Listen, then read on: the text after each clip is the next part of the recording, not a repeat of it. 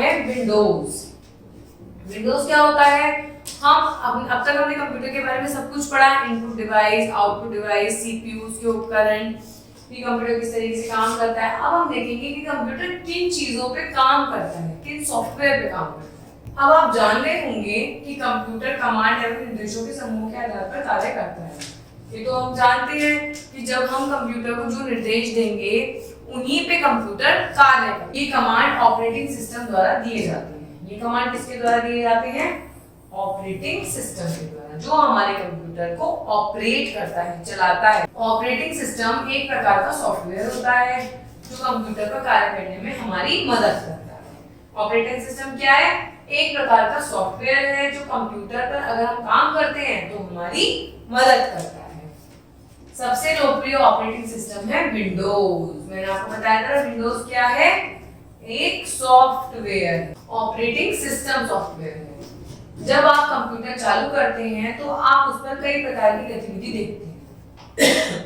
जब हम कंप्यूटर को ओपन करते हैं तो उसमें इस तरीके का सर्कल भी आता है, बहुत सारी अलग अलग गतिविधियां होती हैं इसके अंदर। कुछ ही पलों में स्क्रीन पर विभिन्न प्रकार के परिवर्तन दिखाई देते हैं। ये परिवर्तन ऑपरेटिंग सिस्टम में आते हैं।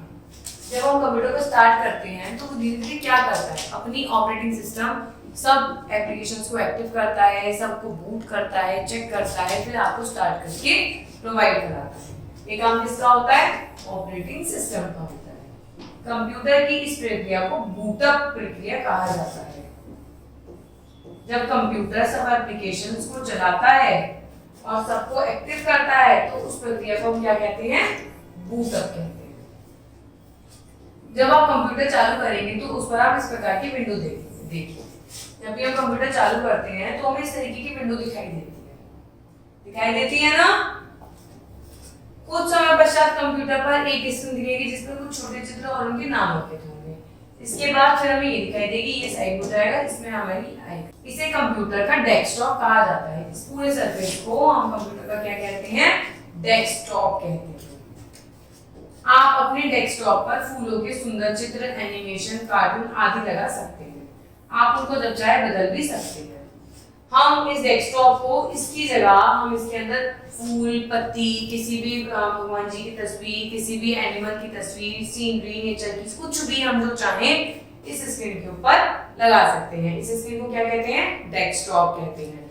जब भी हम कंप्यूटर ओपन करते हैं तो हमें विंडो दिखाई देती है। इस विंडो के बाद हमें ये वाला सरफेस दिखाई देता है जिसे हम क्या कहते हैं? डेस्कटॉप।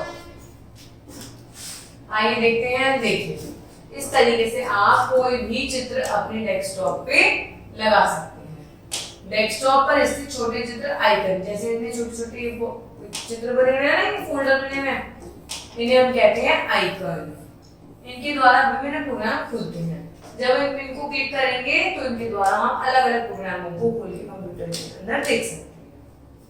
इन प्रोग्रामों को आप डबल क्लिक करके खोल सकते हैं। आइए कुछ डेस्कटॉप आइकन के विषय में जानकारी प्राप्त करते हैं। अब तक हमने पढ़ा कि डेस्कटॉप क्या होता है। अब हम पढ़ेंगे कि ये आइकन जो होते हैं, ये जो आइकन्स होते हैं ये क्या होते हैं, इनका क्या काम होता है, किस किस तरीके से ये किस किस चीज को खोलते हैं।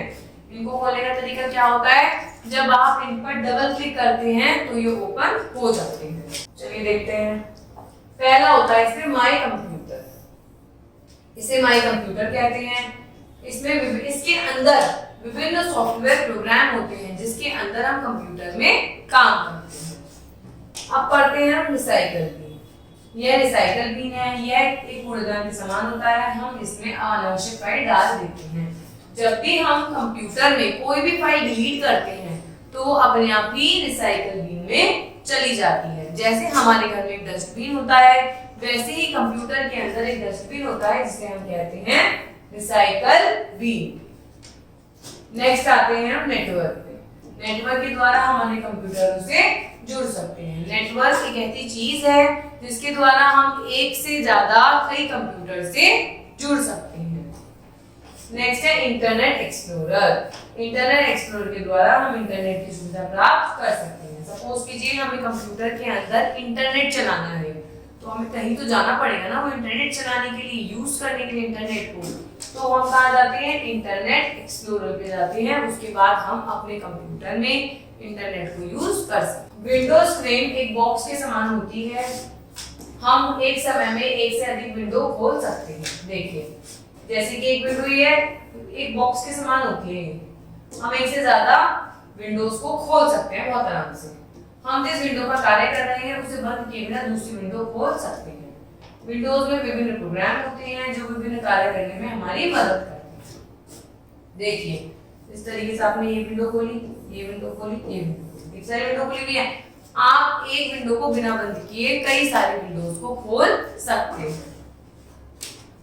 हमें जो भी प्रोग्राम खोलना होता है उसे हम सेलेक्ट कर लेते हैं। हम इसे सेलेक्ट कर लेंगे। जब हम कोई प्रोग्राम सेलेक्ट करते हैं तो उससे संबंधित पृष्ठ खुल जाता है। उदाहरण के लिए यदि हमने वर्ड सेलेक्ट किया है तो इस प्रकार वर्ड खुलेगी। देखिए ये हमने विंडोज खोल रखी है बहुत सारी, एक विंडो खुली है, इसके बाद में दूसरी विंडो खोल ली। अब हम इस पे जो भी सेलेक्ट करेंगे वो ही हमारा नीचे खुल जाएगा। हमने इस पे विंडो सेलेक्ट करी, वर्ड सेलेक्ट करी और आइए विंडो के कुछ भाग, ये वर्ड आ गया। इस पे वर्ड का सरफेस ऐसा हो गया। वर्ड क्या है? एमएस वर्ड एक सॉफ्टवेयर जिसके अंदर हम टाइपिंग, एडिटिंग, इन सब चीजों का काम करते हैं। तो पढ़ते हैं। देखिए इसके सबसे ऊपर सरफेस को क्या कहते हैं? हम टाइटल बार। ये जो हमारे पॉइंट्स लिखे हुए हैं इन्हें कहते हैं हम मेन्यू बार। सबसे नीचे होता है स्टेटस बार। ये होता है वर्टिकल स्क्रॉल, मतलब ऊपर नीचे से स्क्रॉल कर सकते हैं। इसे हम आगे पीछे, सपोज कि हमारा पेज काफी बड़ा है तो इस पे तो नहीं दिख पाएगा, तो एक स्क्रॉल बटन से हम इसको दोनों साइड से देख सकते हैं। टाइटल बार के बारे में पढ़ते हैं। देखिए हमने यहाँ टाइटल बार पढ़ा था, अब हम इन सब के बारे में ब्रीफ में पढ़ते हैं। टाइटल बार पर उस फाइल का नाम स्थित होता है जिस पर आप कार्य कर रहे होते हैं, या स्क्रीन के ऊपरी भाग में होता है। देखिए टाइटल बार के अंदर जो भी आपके डॉक्यूमेंट का नाम है वो लिखा हुआ होता है, ठीक है, और ये सबसे ऊपर होता है। नेक्स्ट है मेन्यू बार। इसमें विभिन्न प्रोग्राम स्थित होते हैं। विंडो के सबसे अंत में टास्क बार होता है। जब हम विंडो खोलते हैं तो हमें टास्क बार पर स्टार्ट बटन दिखाई देता है जिसके द्वारा हम कंप्यूटर चालू कर सकते हैं। देखिए मेन्यू बटन ले रहा, इसके अंदर बहुत सारे पार्ट्स होते हैं जिसके द्वारा हम इसके अंदर जो भी हमें चेंज करना होता है वो हम इसके द्वारा कर सकते हैं। वर्टिकल स्क्रॉल मैंने आपको पहले बताया था, के द्वारा विंडो के दाएं बाएं किया जा सकता है। विंडो के ऊपर दाईं ओर 3 बटन होते हैं। अब इन बटनों के बारे में हम पढ़ते हैं। आपको दिखा देती हूँ। इस तरीके से स्क्रॉल ऊपर नीचे होता है। ये होता है आपका यहाँ पे वर्टिकल स्क्रॉल, ये होता है आपका इधर दाएं बाएं ऊपर नीचे। इसमें हमारे 3 बटन होते हैं। अब हम पढ़ेंगे 3 बटन का यूज। जब आप विंडो खोलते हैं तो सामान्य आकार की होती है। ये आपका ये वाला यह मिनिमाइज का बटन प्रयोग विंडो के आकार को कम करने में किया जाता है। इससे क्या होता है, आपका विंडो नीचे की साइड आ जाता है, ये छोटा हो जाता है, जो विंडो आपका पूरा खुला हुआ होता है। यदि आप इस बटन पर क्लिक करेंगे तो विंडो का आकार आइकन के समान हो जाता है, वह टास्क बार पर दिखने लगता है। इसका क्या मतलब है कि जब आप इस पे दबाएंगे तो आपका जो पूरा प्रोग्राम है वो छोटा होके छोटे सी लाइन में दिखने लगता है। आप पढ़ते हैं मैक्सिमाइज। मैक्सिमाइज बटन का प्रयोग विंडो को आकार को बढ़ाने के लिए किया जाता है। यदि आप इस पर क्लिक करेंगे तो विंडो का आकार बढ़कर पूरे स्क्रीन पर फैल जाता है। तो आकार होता है छोटा करने के लिए। इस पर हम क्लिक करेंगे तो क्या होगा, आपका जो विंडो है वो आपको पूरी स्क्रीन पर दिखाई देगा। ये होता है आपका क्लोज का बटन, ठीक है। इसके द्वारा आप प्रोग्राम बंद कर सकते हैं। इसके लिए आपको केवल एक बटन पर क्लिक करना होता है। जब आप इस पर क्लिक करते हैं तो आपने जो एमएस वर्ड का प्रोग्राम खोल रखा होता है वो बंद हो जाता है। अब देखिए कैसा है, यह स्टोर बटन होता है यहाँ की तरफ। कभी कभी आप कार्य के अनुसार विंडो का आकार बदल देते हैं। इस बटन के द्वारा विंडोज का वास्तविक आकार पुनः प्राप्त कर सकते हैं। हम कितनी बार हमने विंडो के साइज को छोटा करा, बड़ा करा, कभी हम बहुत छोटा कर देते हैं, कभी हम बहुत बड़ा कर देते हैं। तो स्पीड स्टोर की मदद से क्या होता है, एक आपके विंडो का आकार बिल्कुल सही ढंग से पुनः आकार का कर देता है। अब देखते हैं हम विंडोज को हिलाना, हम विंडोज को कैसे मूव करते हैं। ये आपकी विंडोज, ये आपका टास्क। विंडोज स्क्रीन का एक फ्रेम के समान होता है। विंडोज स्क्रीन पर एक फ्रेम के समान होता है। आप इसका आकार बदल सकते हैं, इसका स्थान परिवर्तन कर सकते हैं और इसे अपनी पूरी सुविधा अनुसार उपयोग कर सकते हैं। भाई विंडो का क्या काम होता है? विंडो का काम होता है कि हम कंप्यूटर को अच्छे से यूज कर पाए, इसीलिए हमें बहुत सुविधाएं प्राप्त कर पाता है। इसके द्वारा हम क्या कर सकते हैं, आकार बदल सकते हैं, परिवर्तन कर सकते हैं। अब देखते हैं जब आप मेन्यू बार में प्रवेश करेंगे तो आपको एक एरो दिखाई देगा। एक एरो की मदद से आप अपने विंडोज को हिला सकते हैं अथवा स्क्रीन के किसी अन्य स्थान पर ले जा सकते हैं। देखिए, आप इनके द्वारा आप इन पे एरो पे क्लिक करके आप क्या कर सकते हैं, यहाँ पे देखिए, यहाँ से भी आप अपने किसी प्रोग्राम को ओपन कर सकते हैं बहुत आसानी से। विंडो के आकार को बदलना, आप देखते हैं विंडो के आकार को कैसे बदलना। आप विंडो के आकार को घटा बढ़ा भी सकते हैं। इसमें इसे आप लंबाई और चौड़ाई किसी भी रूप में बढ़ाया छोटा कर सकते हैं। जब आप कर्सर को विंडो के किनारे पर लाते हैं तो इसका आकार पीछे दिए गए चित्र के समान हो जाता है। आप विंडो का आकार घटा बढ़ा भी सकते हैं। इस तरीके से ये तो आपका पूरा आ गया जो आपकी पूरी स्क्रीन पे है, आपको उसके अलावा तो कुछ नहीं दिखाई दे रहा। ये आ गया इसी का छोटा। तो इस तरीके से आप अपनी इस विंडो को पूरी स्क्रीन पे भी बड़ा वर्जन भी डाल सकते हैं और आप अपनी विंडो को छोटा भी कर सकते हैं बहुत आराम।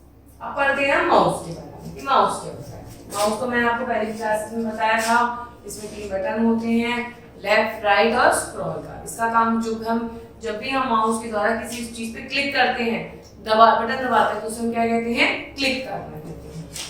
माउस द्वारा कार्य करने हेतु आपको उसके बटन पर क्लिक करना होगा। यह बटन दायां और बायां होता है। पहली क्लास में बहुत आराम से पढ़ चुके हैं।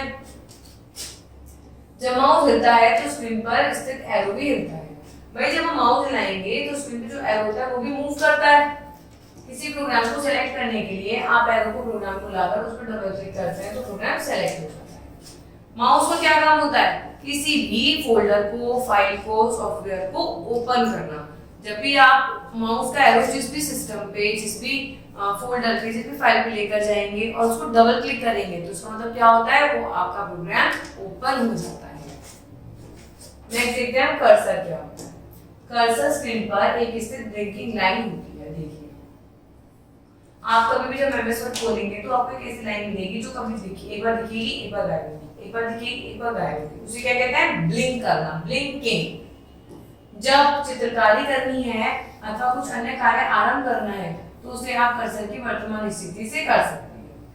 या तो आपको टाइपिंग करनी है, आप टाइपिंग में भी कर्सर की मदद से टाइपिंग कर सकते हैं। या आपको पेंटिंग करनी है, पेंटिंग भी आप कर्सर की मदद से ही कर सकते हैं। इस चित्र में कैट लिखने के पश्चात कर्सर उस शब्द के अंत में आ गया है। अब देखिए, यहाँ कैट लिखा हुआ है और कर्सर के आगे जैसे जैसे आपका बढ़ता रहेगा वैसे वैसे आपका कर्सर आगे चलता रहेगा। कर्सर को अगली पंक्ति में लाने के लिए आप क्या टिक करते हैं? एंटर की। हम लोगों ने कीबोर्ड में एंटर की पढ़ी थी। एंटर की का क्या काम होता है? अगली लाइन पर पहुंचा देने का काम होता है कर्सर एंटर की का। तो इस तरीके से आपने, जैसे यहाँ पे मैं दिखाती हूँ आपको, आपने यहाँ पे क्या लिखा? आपने यहाँ लिखा रेड और जो कर्सर यहाँ आ गया आपका और आपने एंटर करा तो ये आपका नेक्स्ट लाइन से लिखा जाए। अब देखते हैं स्टार्ट बटन। स्टार्ट बटन का क्या काम होता है? आप पहले ही पढ़ चुके हैं कि विंडोज प्रारंभ करने के लिए स्टार्ट बटन का प्रयोग किया जाता है। यह इसलिए महत्वपूर्ण है क्योंकि इसका प्रयोग विंडोज पर अन्य कार्य करने के लिए भी किया जाता है। देखिए, स्टार्ट बटन ऐसा होता है, मैं आपको दिखा देती हूँ किस तरीके से स्टार्ट बटन काम। देखिए, जब आप स्टार्ट बटन पे क्लिक करते हैं तो देखिए कितने सारे आपके पास ऑप्शंस होते हैं। इससे आप अपने कंप्यूटर को शट डाउन भी कर सकते हैं, ओपन भी कर सकते हैं, रीस्टार्ट भी कर सकते हैं और इतने सारे प्रोग्राम्स को चूज करके किसी भी काम कर सकते हैं। तो स्टार्ट बटन के द्वारा हम अपने कंप्यूटर पे किसी भी प्रोग्राम को ओपन करके काम करते हैं। या अगर हमें कंप्यूटर को बंद करना है, रीस्टार्ट करना है तो हम ये भी स्टार्ट बटन की मदद से कर सकते हैं। तो हमने इस पूरे चैप्टर में देखा कि विंडोज कैसी होती हैं, विंडोज का यूज कैसे होता है, हम डेस्कटॉप किसे कहते हैं, डेस्कटॉप का बैकग्राउंड हम कैसे चेंज कर सकते हैं, विंडो के तीनों पार्ट के बारे में सीखा, मिनिमाइज, मैक्सिमाइज, क्लोज, रीस्टोर किसे कहते हैं और विंडो को हम किस तरीके से मैनेज करते हैं और उनको मैनेज करके हम कंप्यूटर पे किस तरीके से कार्य संपन्न करते हैं। Thank you.